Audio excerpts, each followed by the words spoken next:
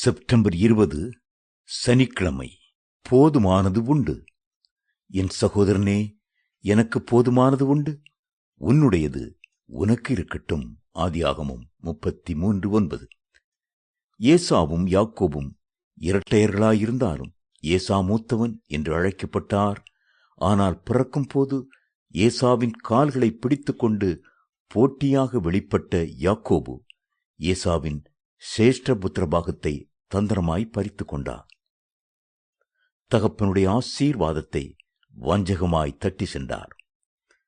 ஆரம்ப காலங்களில் 2 பேருக்குள்ளும் போட்டி மனப்பான்மையும் பகையும் எழுந்தன. ஏசா தன்னுடைய உள்ளத்தை கசப்பினாலும் வைராக்கியத்தினாலும் பழி வாங்குதலின் எண்ணங்களினாலும் நிரப்பியிருந்தார். ஆனால் காலச்சக்கரம் சுழன்று ஏசாவின் உள்ளத்தை அமைதிப்படுத்திற்று.